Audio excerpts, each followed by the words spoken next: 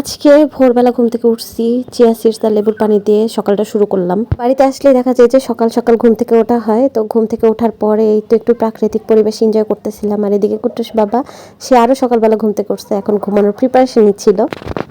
আসলে আমার রাজরানীর মতো ফিল হয়, কারণ হাতের সামনে মুখের সামনে খাবার প্রস্তুত হয়ে যায় কেমন জানি। বৈশাখ মাসে আসলে এরকম সারা উঠান ভরে এরকম ধান দেখবেন, কারণ এই বৈশাখ মাসটাতেই আমাদের এদিকে ধান ওঠে আর ধান মলা হয়। খাওয়া শেষ করে উঠে পড়লাম দোতলায়। দোতলায় উঠেই এখন আমি লিচু পাড়ার অভিযানে নামবো। এইটা তারাই বুঝবে যাদের বাড়িতে বড় একটা লিচু গাছে ভরপুর লিচু আছে। আমাদের বাড়ির গাছে এবার ভরপুর লিচু হয়েছিল, কিন্তু দুদিন আগে শিলাবৃষ্টিতে সব লিচুগুলো নষ্ট হয়ে গেছে। Bad luck.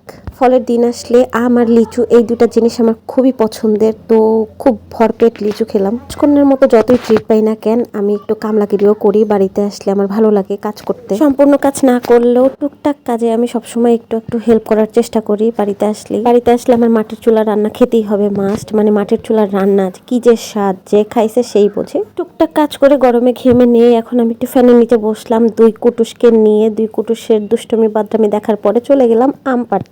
কিন্তু আমি পিচ্চি বাচ্চার গ্যাংও নিয়ে আসছি। আর এই আমগুলা ছিল আমরুপালি আম। এই আমগুলো আমরা পারবো না। আমরা আশ্বিনী নামে একটা আম আছে যেটা অনেক দেরিতে পাকে আর অনেক টক, ওই আম দিয়ে আমরা কিন্তু আম বানানি করে খাবো। আর এই আমরুপালি আমগুলা খেতে এত ইয়ামি। ওই যে আমার পিচ্চি বাচ্চার গ্যাং ছিল আমার সাথে, বসে থাকতে থাকতে রান্না বাড়া আর টুকটাক কাজ ছাড়া তেমন কোনো কাজ নাই। কিন্তু বাড়িতে আসলে কাজের আর শেষ নাই। মানে এই কাজ সেই কাজ, কত কাজ মনে পড়ে। মানে এইদিকে ঘুরতে যেতে হবে, এইদিকে এইটা করতে হবে, ওইটা করতে হবে। মানে সব মিলে কিন্তু আমি খুব বিজি একটা লাইফ লিড করি বাড়িতে আসলেই। মুরগির খামারটাও একটু চেক করে দেখলাম যে কেমন কি অবস্থা। মানে আমার মুরগি দেখতে খুবই ভালো লাগে, কিন্তু মুরগি পালতে একটু ভালো লাগে না ভাই। তারপরে এই যে আম পাড়ার অভিযানে নামলাম। হাতের কাছে যেই 2-3টা আম ছিল, সেই 2-3টা আম দিয়েই আম বানানি খাবো।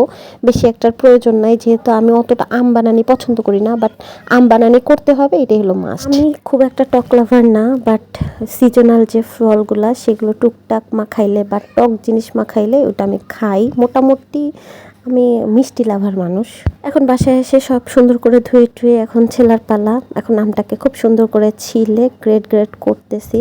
গ্রেড করা শেষ হলেই এর মধ্যে 2-3টা লেবু পাতা ছিঁড়ে দিব। আর লেবু পাতা দিলে আম মাখাটা খেতে কিন্তু অনেকই আমি লাগে, কারণ লেবু পাতার একটা সুন্দর একটা ঘ্রাণ বা স্মেল যেটাকে বলে, ওটা খুব সুন্দর আসে। সাথে দিয়ে দিলাম হলো একটু শুকনা মরিচ, বিট লবণ আর চিনি। কিছু পোলাপাইনরে দিয়ে করানোর পর শেষ কাজটা আমি করলাম, কারণ এই কচলানোটা পোলাপাইনরে দিয়ে পসিবল না, কারণ ওদের হাতে জ্বালা পোড়া করার একটা ব্যাপার স্যাপার থাকে। তাই এই রিস্কটা নিলাম না, আমি মাখাইলাম। এখনই আমার দেখা আর কি জিভায় পানি চলে আসছে, এমন অবস্থা। আম মাখানির লাস্ট পর্যায়ে ছিল আমটাকে ভাগ করা। মানে আম মাখানিটাকে ভাগ করে সবার পাতে একেবারে সমান পরিমাণ যাতে পড়ে সেইভাবে ভাগ করে এটাকে এখন খুব মজা করে এনজয় করে খাওয়া। আর বাড়িতে আসলে দেখা যায় যে খাবারের কোনো শেষ নাই।